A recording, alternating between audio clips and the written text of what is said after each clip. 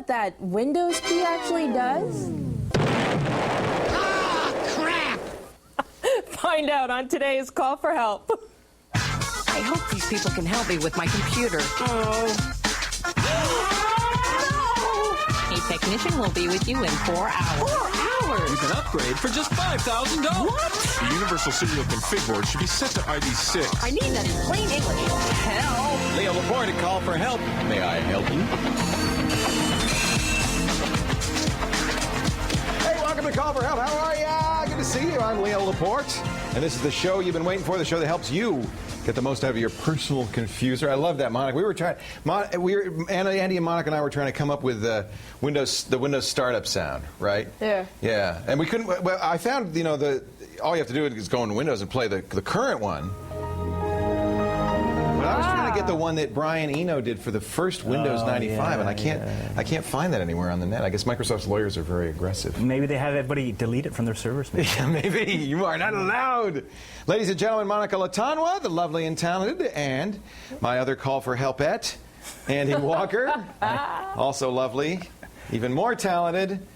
Because, look, he's got a remote control helicopter. Will you be demonstrating that on the show later? Yeah, why not? Why not? Let's do it. Does that have to do with the Windows key secrets, or is this something completely different? No, it's just when you get frustrated, you want to go outside and play. Oh, could I have got the aviator She's glasses? got the aviator glasses. Yeah, you do. Yeah. Let me see. I must have an aviator hat here somewhere in my hat rack. Oh, wait a minute. How about this? Will this work? I could be your chauffeur. My chauffeur hat. Air traffic control. Yeah, that's what I need. Leo. Hey, anyway, let's tell you a little bit about what's coming up on the show. As you heard, Andy's got the Windows key secrets. Our Gadget Guy, Sean Carruthers, is here to tell us about digital SLRs. It's a new category. Really great stuff. These are the ones where you can change the lens out, and they're like professional cameras. I just bought one. He'll tell you what to look for, what to expect, and what not to expect when you spend a lot of money on a camera. And Monster has a Monica Monster pick. The Wiki? The Wiki? Yeah, we're going to work the Wiki. Working the Wiki! Oh, yeah. That sounds like Jerry Lewis. Back in the Wiki for the lady. Let's get our first caller of the day on the air. What do you say? Our first caller today is Donnie from Halifax, Nova Scotia. Look at her, Donnie. She's so Hollywood now. She's got Hollywood on us. Hey, welcome to the show, Donnie. Good to talk to you. How you doing, Leo? I'm doing great. It's nice to finally get to talk to the mayor. Oh, yeah, the mayor of Leoville, huh? Yeah. Yeah, this is not my mayor's hat. This is my chauffeur hat. I don't think I have a mayor's. Yeah, maybe I have a like mayor's the brown hat. one. Let me get the mayor's hat on. I think this is. This might be the mayor's hat here. The mayor of Leoville here. Yo.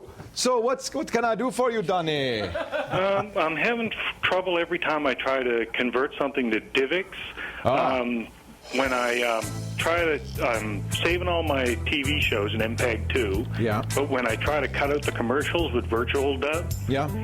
and when it goes to DivX, I get the picture but no sound. Now do you have the latest DivX, Dr. DivX? Are you using Dr. DivX? Yes. Okay, let me show everybody what we're talking about before we go too much further. We're not talking about divots. This isn't a golf issue. This is DivX, which is it's kind of an interesting story. Microsoft, you probably can't take me seriously with this hat on. I'm just thinking, maybe somebody just tuning in is thinking, we got the Rasta version of Leo.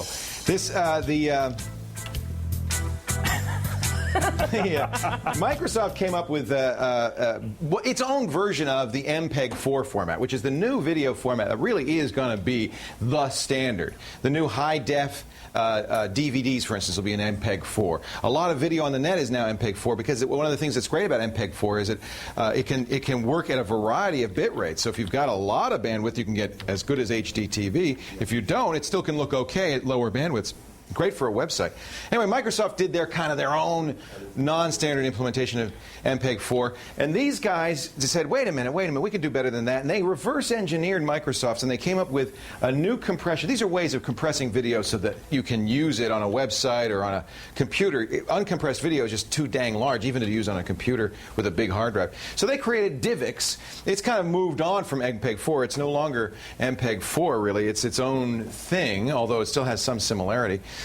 There was a problem if you're using by the way, DivX is what we call a codec, a compressor-decompressor. It's used to create compressed video and to uncompress it. If you want to look at somebody's DivX video, you need to have the DivX player. But if you're doing, as Donnie is, creating your own video, you also have to need the DivX compressor, and that's what Dr. DivX does. Now, you have 105 because there was a problem with earlier versions losing sound. Yeah, I have the latest version. Okay, so that's number one. You said now, is it only in the commercials, or is it all the time, or? No, it's all the video I create. Like if I created it in Dr. DivX itself, then I get sound and audio. Oh, it works fine. Yeah, but when I use Virtual Dub to cut out the commercials and stuff, then I totally lose the sound altogether.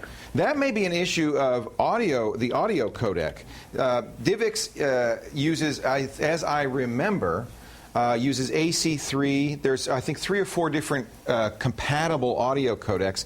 It may be that when you're using Virtual Dub, it doesn't have access to the right codec. Does that make any sense? I don't think it does, actually. I mean, if the codec's on the machine, every program on the machine should be able to handle it. Andy, do you have any thoughts about why he might not be getting audio? Is it just in Virtual Dub, or when you play it back in other things? It's any other program I try to use except Dr. DivX. Dr. DivX does it perfectly, but you can't cut the commercials out and stuff with it. It just does a complete conversion of the whole file. Right. What I would do is, one of the best resources on the web for this kind of thing is the forums on divx.com. And, you know, there is a lot of DivX experts on there. It'd be a good place to post the question. Okay. Yeah, I mean, you kind of got me puzzled. It's not unusual for you to have problems with audio and video not syncing up. Sometimes you can't hear the audio because you don't have the proper audio codec. But because Dr. DivX is on your machine, if the video's playing back, the audio codec is on there, I would think, and it should play back in every. So you open it after you edit it with Virtual Dub. You're opening it. Right. And I'm after trying you to edit use it, though, you can't. MP3 lane codec for the sound. You're using MP3. Okay, that's fine. Well, that's as compatible as you can get. It sounds like, you know, obviously. Well, it doesn't even sound like it's obvious that something's happening in Virtual Dub that's kind of munging it a little bit so that it doesn't work. So if you use Dr. DivX only, the resulting DivX video is playable in other programs and you hear the audio? Yep, perfect. So it's something about the interaction between Dr. DivX and Virtual Dub, which you're using to edit it. I wonder what it's breaking. And what's interesting is that Dr. DivX isn't confused. It's just everybody else. Right. Dr. DivX says, "Oh, I see this." If they put an editor in Dr. DivX, everything would be great. It'd be fine. Yeah. You know, I don't know what the answer is. We're gonna maybe one answer would be to find another editor besides Virtual Dub that can handle the DivX format. Right. Is Virtual Dub the only one you've taken a look at? Yeah, it's the only one I've tried so far because it's free, right? Right. It's a good deal. Yeah. Yeah, more and more, I have to say, more and more of the DivX, for a while, was kind of almost a pirate format, but more and more it's becoming kind of a standard on the net. This is the only thing, actually, these days that I can get to play any AVI files in most cases. If you have a problem with an AVI file, go to and download the DivX player will take care of it. Or the codec. I guess what's happening is that Dr. DivX is better than anybody else at playing things probably. back. I don't know. You know, let's keep looking at the answer on that, Donnie, and we'll get back to you because I don't know. Maybe before the end of the show we can find an answer for you. And hopefully the Leoville forums might help. I'll put it on. Yeah, we'll ask the Leoville forums. Those are always good for a laugh, if nothing else. Hey, thank you. I'm sure we'll see pictures of me in my hat on there any minute now. Thank you for the call. Thanks. All right, Donnie. Bye. Take care. And folks, get ready because Andy's going to do the Windows key trick. Secrets of Windows Masters coming up.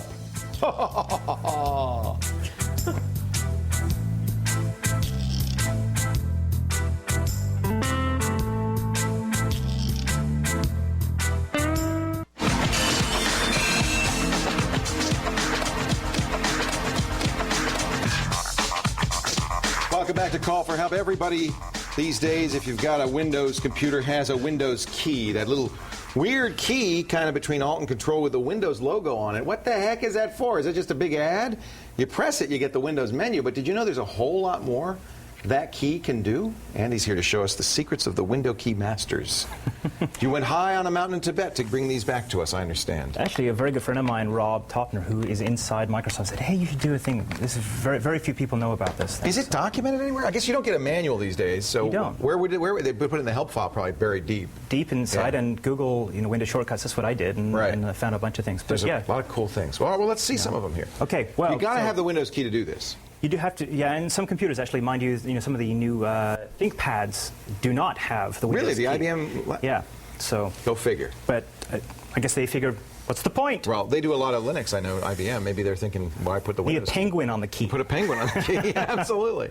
So let's see a few things. Show me. All right. You show me something you can do with it. Absolutely. Well, if you put, so the interesting thing about the Windows key is you push it down and nothing happens until you let go of it. And then you get the start menu. The start menu. Right.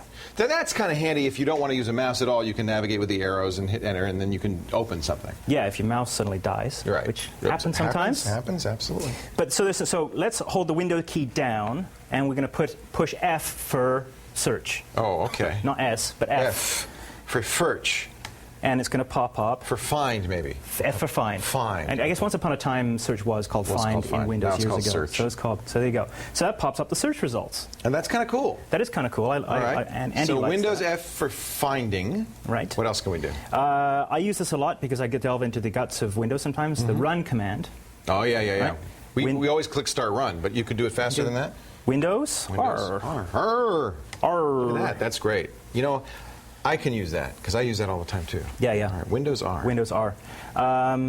Let's go on to my computer. I always open my computer to muck around inside my drives. Right. You would think it'd be Windows M, but it's not. It's Windows E for some strange reason. So Windows For Explorer, I think. Oh. That opens Explorer. There you Yeah. go. That's the okay. Windows Explorer. Windows Explorer. Yeah, That's it. there you All go. right. There is And some sense to their madness. there is some. Somewhat. Now, let's say we've got a bunch of windows open, and I'm going to leave my computer open at the moment. Yeah. Let's get rid of all our windows. Oh, I'd love to do that. So let's get rid of Windows. Yeah, sorry, it doesn't destroy your computer or blow it up or anything like that, Leo. But D for desktop. So Windows. I use this one all the time. I know you do. Yeah. This is your favorite. This because very often you want to see what's underneath. Maybe get something into the recycle bin or something. But And then if you want it back, boing, boing, boing, boing, up and down, up and down. Boing. Right? You do that lots of That's times. very cool. I like that a lot. We could also call it the boss key if you've got some windows open you don't want the boss to see. Windows D, very handy. Up and down. Yes. Up.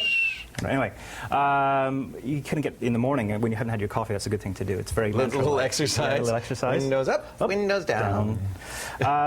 Some little more esoteric commands now. Yeah. Okay. I have to do a little tweak on the system. I'm going to turn. You know how you can turn the taskbar off? Yeah. And make it hide. I'm going to click right-click. I actually like to do that. Gives me more desk space. Yeah. So I'm going to let's click hide the auto desk. hide the taskbar. So then it kind of slides out of view. So it goes bye-bye. Yeah, See, it's all missing down here now. Yeah, and then it comes back when you When you roll over, right? So if it's gone and you need it suddenly, I need it without your mouse, your mouse has died perhaps. It's Windows L. Oh no, sorry, hang on. Whoop. B for bar, bar. Windows B. and it pops back. Well, I'll be. Look at that. Very fun. That's handy because you're exactly right. If you have it disappearing and your mouse dies, you can't get to it. You can't get to it. This Right. way you can get to it. Good. And sometimes Explorer will crash. That's right. So it's actually kind of a neat little trick to Windows if E. you're in peril, Windows will put you in peril as often it does. No more peril. You got any more? Couple more, I'm getting more esoteric as we go along. There is some interesting accessories to help people who have disabilities built into Windows, and at some point I'll do a segment on that. Accessibility, they're great, yeah. So they call that the utility menu that actually drives that. So we would try Windows U. Windows U. And nothing happens. Wait a minute. Let's try that again. Click the Oh, desk. I have to turn my taskbar off because this. Really? It won't work with the taskbar hiding on? I don't know why. So let's try it again. Windows U. Yeah, there we go. Ooh. So the utility manager kicks in. So your magnifier is accessible, your narrator, which speaks text to you, and then your on-screen keyboard as well. Very handy. Again, if you're having trouble manipulating the keyboard, or if you're blind, you know right away. Windows U. I'm going to get that utility manager, and then you kind of know where you are. Huh? That's right. Any more? Last one. Last one. Okay, you have lots of kids in the family. Each one has a different profile on Windows. We're going to switch the user, Windows L. You have to have fast user switching turned on to do this. Have the fast user switching turned on. Windows L. Look. So you can log onto your SpongeBob. Look, he changed. Changed and log into SpongeBob's. That's right. That's mine. Monster's been on your computer again.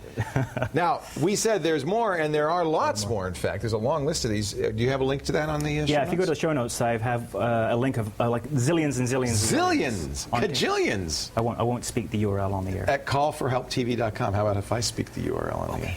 callforhelptv.com. All right, thank you, Andy. That's good. Those are very useful. In fact, I wouldn't have thought anybody could come up with one I'd never seen, and you did. You came up with 3 I'd never seen. Hooray! So what does, our question of the day, our quiz question, what does POP stand for? That's what my kids call me, but I don't think we're going for that. Is it proper operating procedure, post office protocol, private offshore problem, or is it something weasels do? Get to the website, give us the answer. We'll talk about it on Call for Help.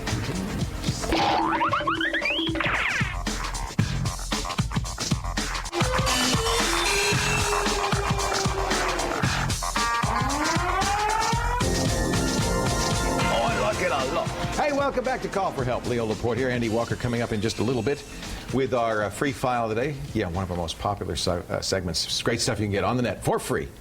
But first, let's get more of your calls. But just, by the way, Andy and I were going back over this Dr. DivX thing. And apparently, it's not unusual for Virtual Dub to screw up the audio sync. No, it seems to be a chronic problem when you're creating AVI files. And if you do a search on Virtual Dub sound problems, all kinds of things pop up in various forums. So what we want to do is find a better free or inexpensive video editor for him, so that he doesn't have to use Virtual Dub. Yes. There are some. I'll tell you, none of them that I've used are any good. Well, no, I mean, it's a hard thing to do. It is a hard thing to do, and an amateur is not going to be able to put together a really effective one. Yeah. So spend $100. I mean, there's lots of great ones out. Yeah, I love Sony. The Sony Movie Blast is great. Yeah. Also good Studio 9 from Pinnacle. You hate Windows Movie Maker, though. I do, but you've got it. I mean, it's free. It's in there. Now, I don't know. It probably can't handle DivX. That might be part of the problem. Maybe that's part Don't of the you think? I mean, Microsoft's never going to make DivX. No, it's going to close the doors and lock the windows. They don't like it. They lock those windows. Hey, let's get another caller on the air. I'll have to get another hat, too. Who do we have here, Monica? Well, first, I just want to say that I love that Windows shortcut segment. Isn't that great? That was so handy, Andy. Oh, she just wanted to say handy, she's Andy. So sweet. You're so sweet. Thanks, Monster. Anyway, let's get to She Tom. loves rhyming. He's on the line from Port Perry, Ontario. I've got my hat here. Hello, Tom. How are you? Hi, Leo. How are you doing today? I am doing great. Do they have UPS up here in Canada, right? Oh, they should have. You got the guys in the brown shorts? We do. I have brown shorts somewhere, but I'll spare you those. But I do have the Leo Delivers hat. Yeah. Okay. It's not the shorts we're worried about. So, what can I do for you today, sir? I wonder if you could help me out on your old call for help. Yes. You mentioned a command that you could use to compare your XP system files to the CD. Oh, yeah. I've got a damaged System 32 file. Yes. I want to correct. This actually is a feature that's been around in Windows at least since '98, maybe even earlier. It was something called the System File Checker. Yeah. And the way you'd get it in the old days in Windows 98 and ME is you'd go to Start, Programs, Accessories, System Tools, and in there they'd be the system utility, something like that. Mm-hmm. But you can't do that anymore. They don't expose it in the menu, but you can type in a command. So let me use Andy's. Okay. Now, what was it? It was Windows R, right? Let's do a Windows R. Yes, and that starts the run box. And here's the command. It's SFC. It's easy to remember. It's System File Checker. Mm-hmm. And System File Checker has a number of parameters, but the one you want is scan now. One word. Scan now. 2 N's. It's a slash scan now. Slash scan now. Now, what that slash scan now says is I want you to go through the system. I'll do it right now. I'll hit OK. I want you to go through the system and look at, it actually runs the file protection, and look at all of the files, see if any have been modified. And it says files that are required for Windows to run properly must be copied to the DLL cache. This means you have to have your Windows XP CD. Now that's the only drawback to this. Okay, well I got the CDs, that's no problem. Good man. So you'll put the CD in the drawer, mm-hmm. You'll press OK, and it'll scan it. The reason it needs it is, it only needs it, by the way, the first time you run it, is it then can get the files that need to be replaced off the CD. It puts them on your hard drive, and then you've got them for future. Oh, okay. So this is a really good command to know. If Windows starts crashing on you, Explorer, for instance, doesn't work anymore, or something just doesn't seem right, and you have the feeling that you don't really have all the files working properly. It's not unusual for Windows files to get corrupted. Well, Windows got corrupted due to spyware. So spyware will do it. We got the spyware off. What is the symptom that you're suffering? You can download programs. Yeah. But you can't install the programs. So that's probably that the Windows installer has gotten mugged. Yeah, it's got corrupted. Yep.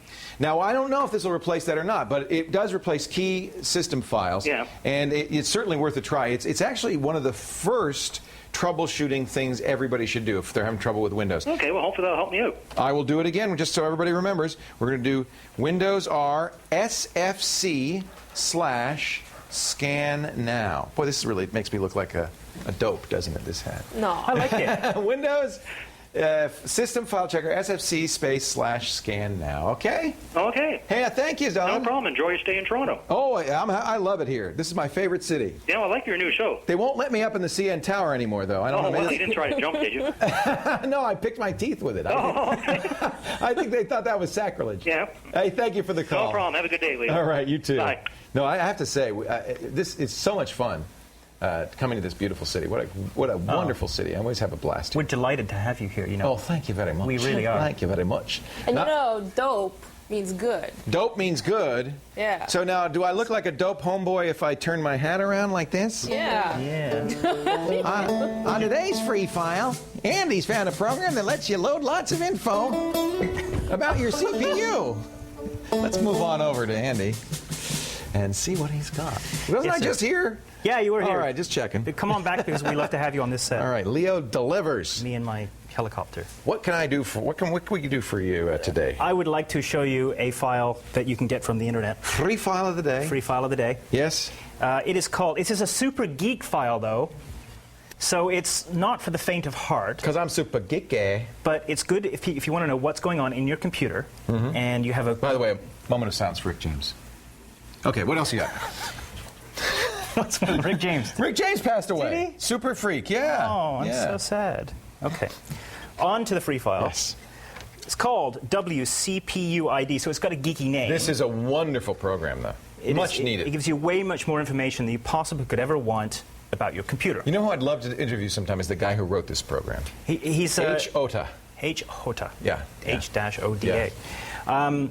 It kind of tells you stuff about your computer that you perhaps never wanted to know or needed to know, but it's kind of useful. The opening screen is probably the most important. Okay. Because it tells you the processor you have in your computer, the platform, you know, all this Intel goofy stuff, or Right. AMD in some cases, the CPU type, you know, cache information. If you click on these different buttons, it'll give you some really gory There's a detail. lot of stuff in there. But really what it's for is, let's take a photograph of what the information is in your system. Yeah. And we're going to do that by clicking on Save. And you can capture a picture of this screen. Yeah. Click OK. Okay. And then we're going to put on the desktop, we're going to call it Andy's PC. And I'm going to say Save. Okay. And then I'm going to get a little picture of that screen so that I can email that. It doesn't even save it as text. It saves it as a bitmap. You can That's actually funny. save it to the clipboard. Oh, okay. Okay. But this would be handy to say, you know, hey, I have a geek Here's what's friend. going who- on, yeah. Here's what's going on with my machine. It doesn't diagnose anything. It just gives you basic information. You know, one of the things that this is often used is by overclockers because they want to know exactly how fast the chip is, and also if you know what the stepping is, if you know which the stepping is when this was made, if you know which stepping it is, some steppings work better for overclocking than others. So you can actually, believe it or not, people actually do this. They'll go into these databases online and say, oh yeah, the Pentium 4 stepping 4 was really good. And this is how you would find that fit out. in geek circles in a big way. You become such a geek. Such a geek for, guy. Yeah, absolutely. That's cool. WCPUID. WCPUID, yeah. And it's free. It's free. It's Okay. free, and you'll find the URL on callforhelptv.com. Very good. Thank you very much, Andy. We got more free files every day. Make sure you check them out on the website. Meanwhile, stick around. Our gadget guru, Sean Carruthers, is here. He's got a new big camera with a giant lens. He says his is bigger than anybody's. We'll find out what single lens reflex cameras can do for you coming up on the next segment of Call for Help. Stay right here.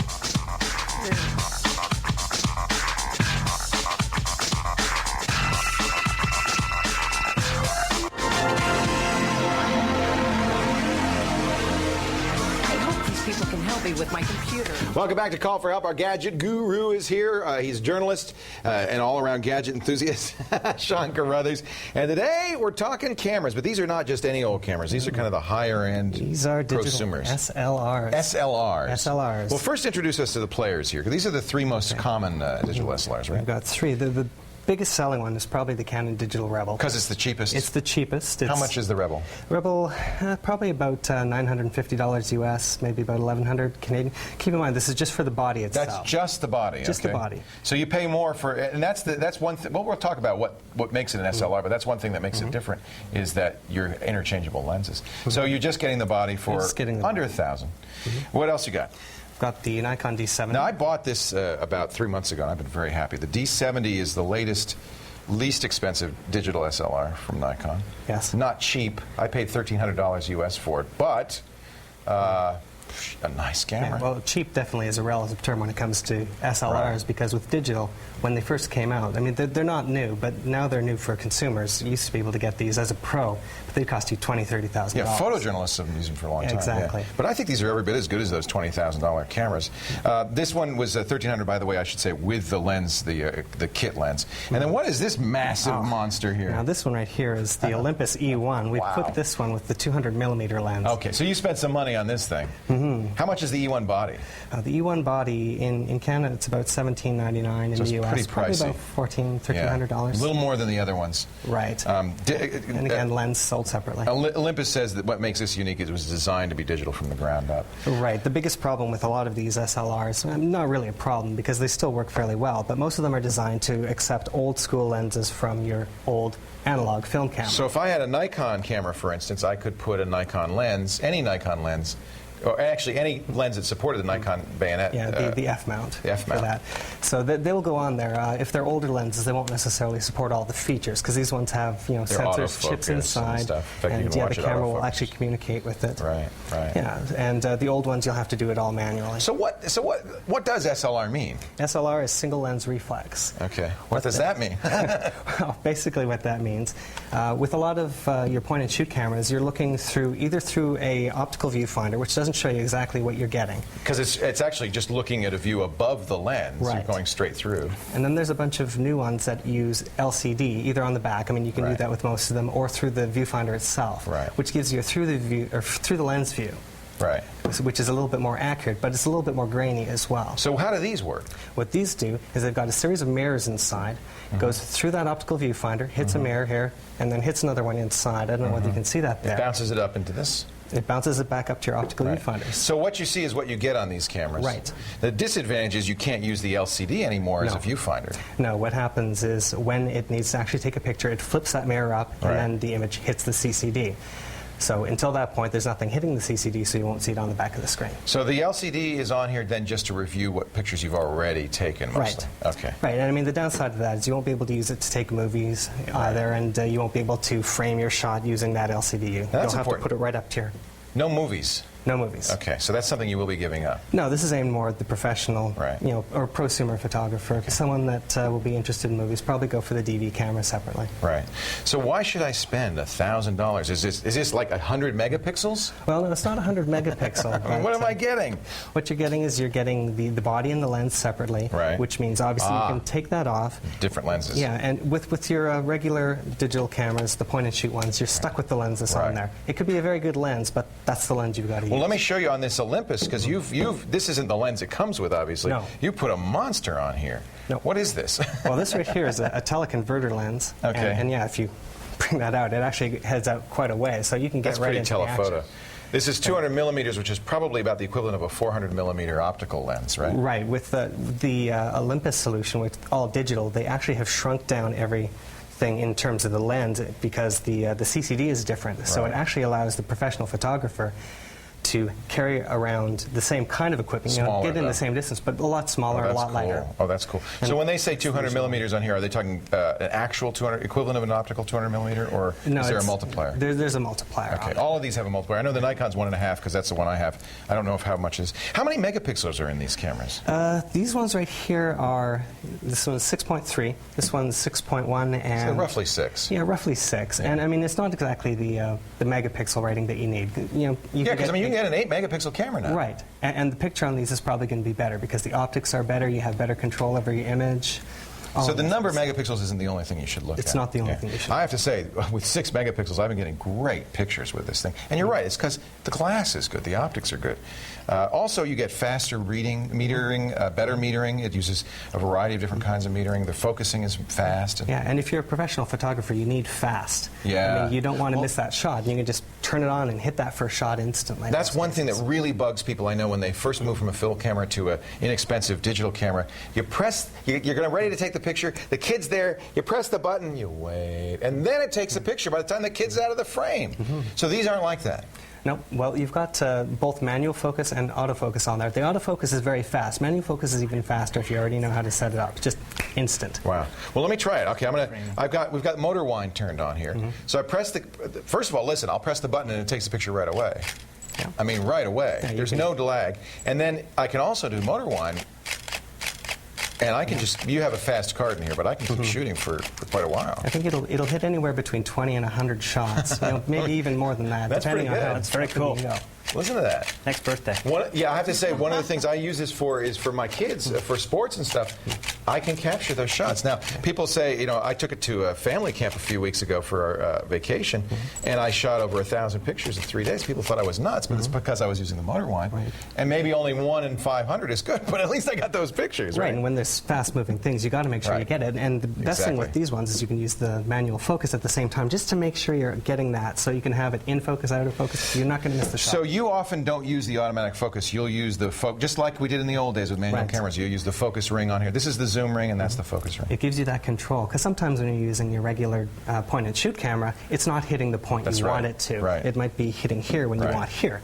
So this one, it allows you to shoot it exactly at the point you want to. They're more expensive, $1,000 to $2,000, but you get what you pay for. These are good cameras, and they're going to certainly make the film camera buff a lot happier than maybe some of the older digital cameras. Definitely. Sean Carruthers, thanks for bringing these in. I would love to keep all of them. I want to try this one. Me too. Yeah, Andy's voting too. Sean is a connoisseur of all things digital, recently listed as one of Toronto's top 100 geeks. That's quite an honor. Congratulations. We'll be right back. More phone calls to come. Stay here. All right, we'll have a shootout here. We'll have a shootout. If I figure out how to turn this thing on. How do you turn it on? Oh, there it is. Oh, there it is.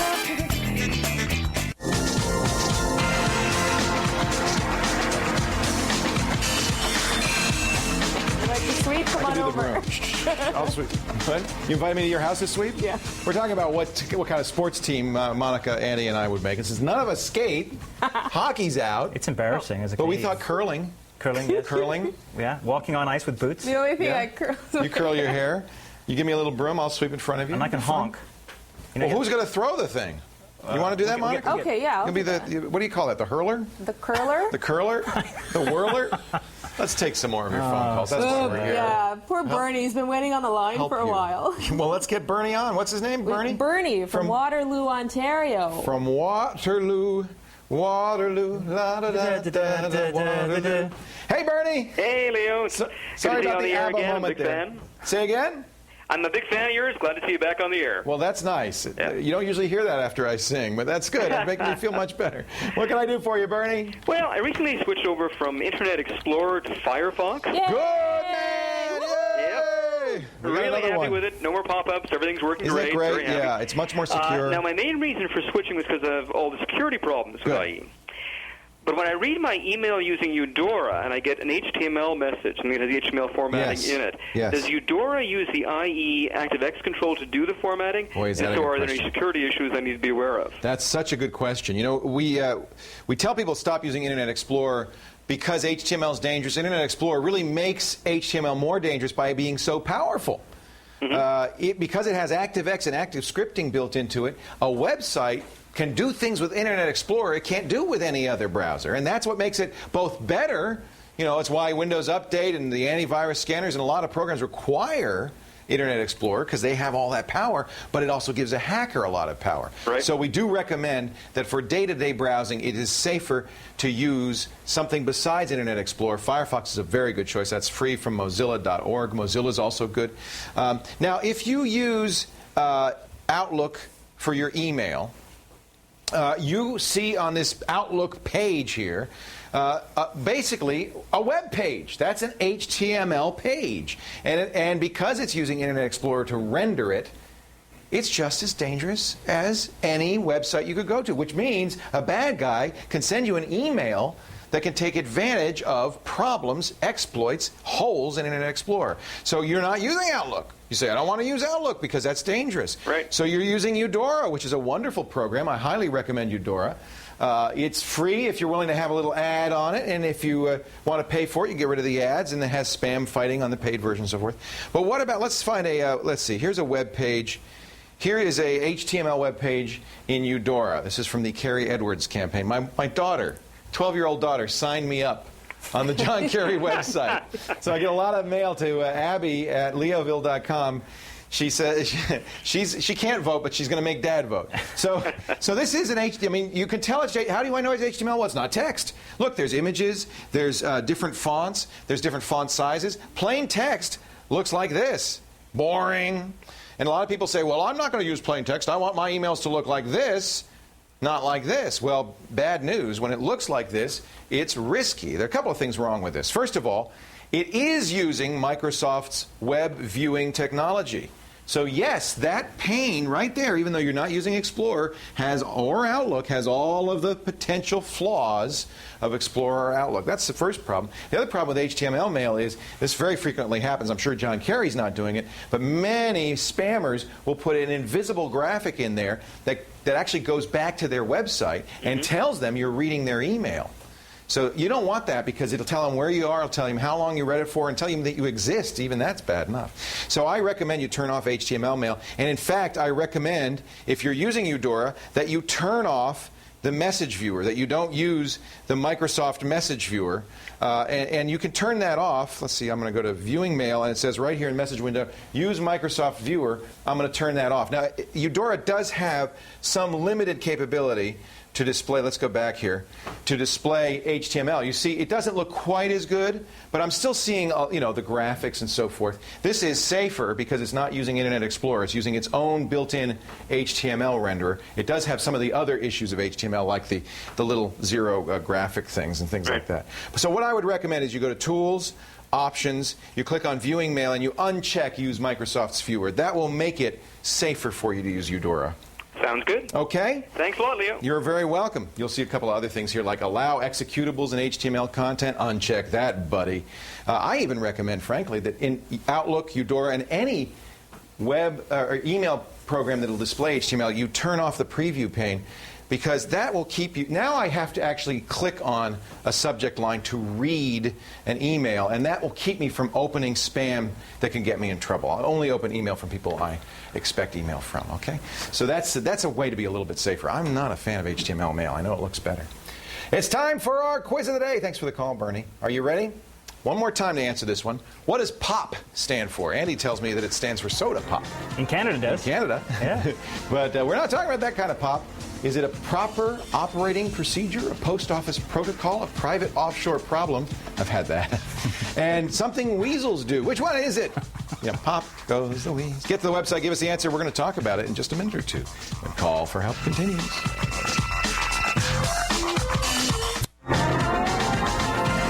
Before the break, we asked you what POP stands for. It has to do with email. It's Post Office Protocol. And when you download mail, you're using Post Office Protocol, actually POP3, to download mail from a mail server, a POP server. So I hope you got that right. It's also, as Andy told me, Pop Goes the Weasel and Soda Pop. Pop. We Soda say that pop. in the States, Yeah, too, Soda Pop. Soda pop, but you don't say pop. Yeah, I'll have a pop. You have Old people do it. Old people say pop. Yeah, old people. From the older days. But see, yeah, but when I was older than me even. When I lived in California, it was soda down there. Soda. And if I said pop, they looked at me funny. Right? Yeah, no, but if you go, I think it's mostly the southeast. If you go in the southeast, Mississippi, Alabama, Georgia, you say, I want a pop. They get it. Punch you right in the nose. So pop you right in the nose. So let's talk about wikis. Speaking of weird words, what's a wiki? Wiki means fast in Italian. Wiki. In Hawaiian. Wiki.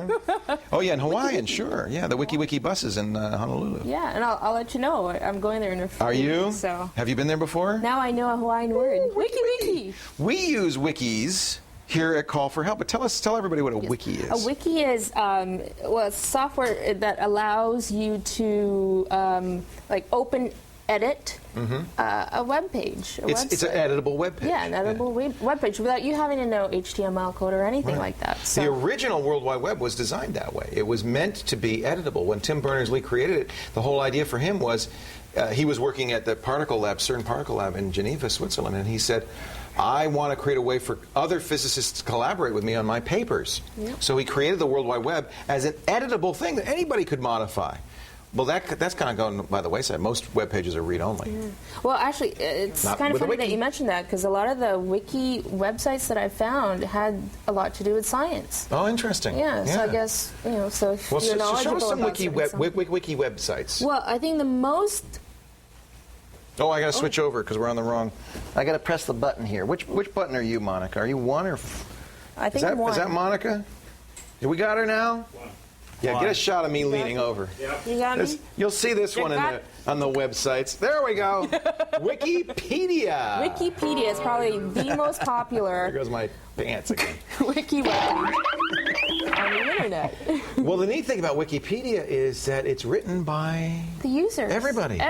It's a collaboration of everyone's shared knowledge. I have to say, I love Wikipedia. It's become more and more useful over time. Apparently, Wikipedia's database is bigger than Encyclopedia Britannica and MSN Carta put together. Wow. It's also good to go to if it's something that's controversial, because you'll see all the different viewpoints. If you read about Israel Palestine on there, you're going to see all of the viewpoints. Yeah. Republicans, Democrats, Tories, liberals. You're going to see all the viewpoints, and that's kind of neat.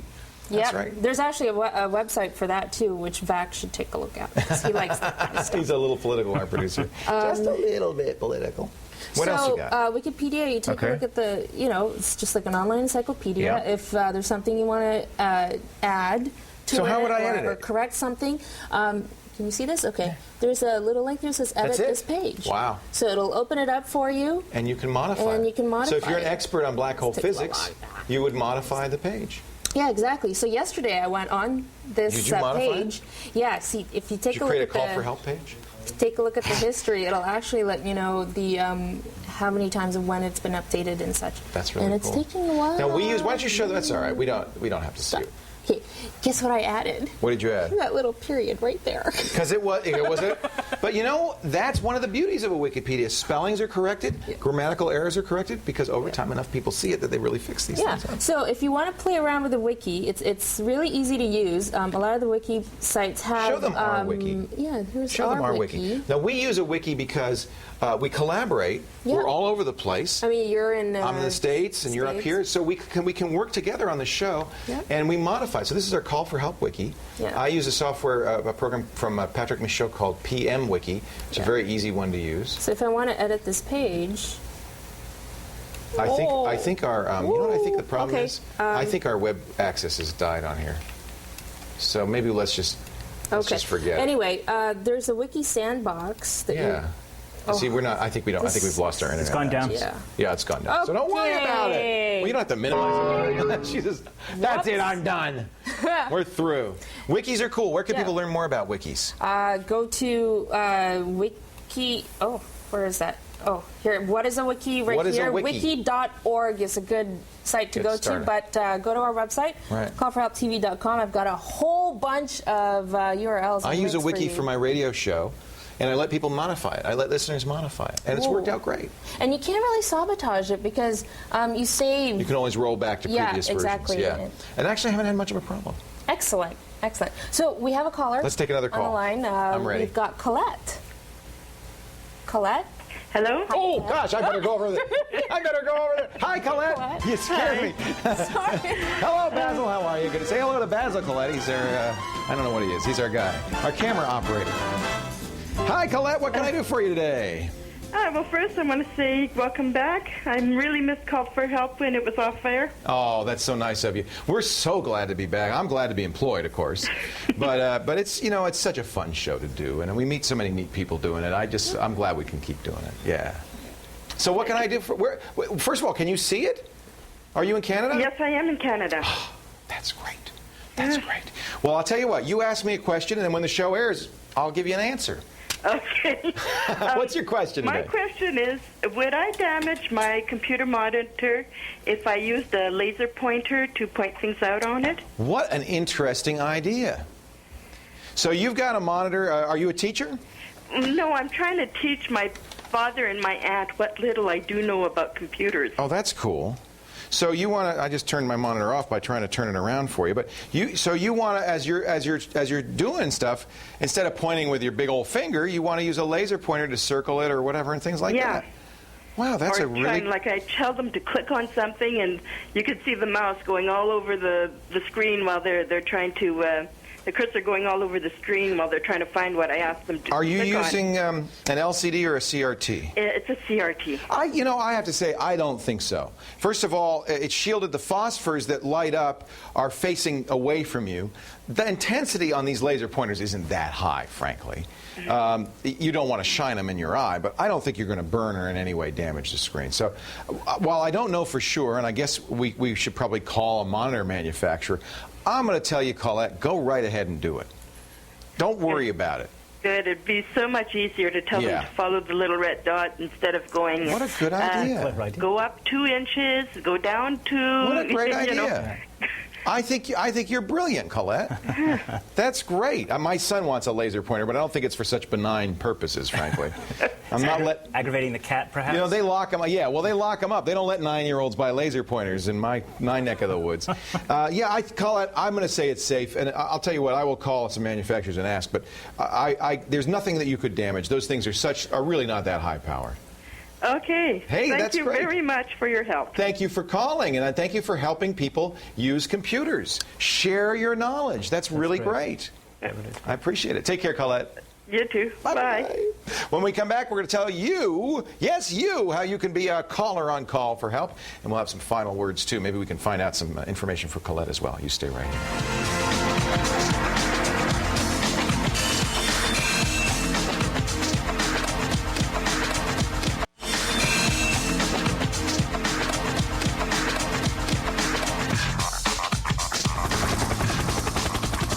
Call for help. Whoa, watch that thing. What are you doing with that there? Whoa! This is now, Andy, you've had the entire show on your day table over there. You had this helicopter here, and you didn't use it. No, I'm waiting for the end because we're going to take off now, right? Oh, I get it. This is how you meet. Whoa! Oh, the humanity. That's you, me, and Geddy Lee. We fly in and out of work that way.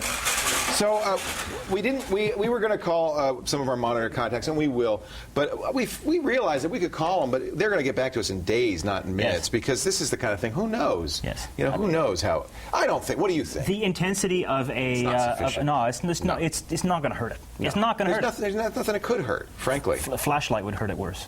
It would? Well, I don't know. If you hit it with it. Yeah, that's right. Monica, are your eyes sensitive, or are you feeling like looking cool? Yeah, we've got the whole... It's so bright in here. You can play, pull it. Oh, that's good. Oh, where'd he go? Oh, jeez. I think you just chopped Mikey's finger off. That's terrible. Oh, my... There we go. Okay. Anyway, I hope you've enjoyed today's fascinating Call for Help episode. If that thing hits my wig, you're getting a bill. Remember, if you've got a problem with your personal confuser, by the way, look at these names. These are the people who bring the show to you every day. It's some great people. Don't whine, don't moan, don't yell. Just call for help. We'll be there in a helicopter in minutes. Pick it up, lift off, lift off. Ah!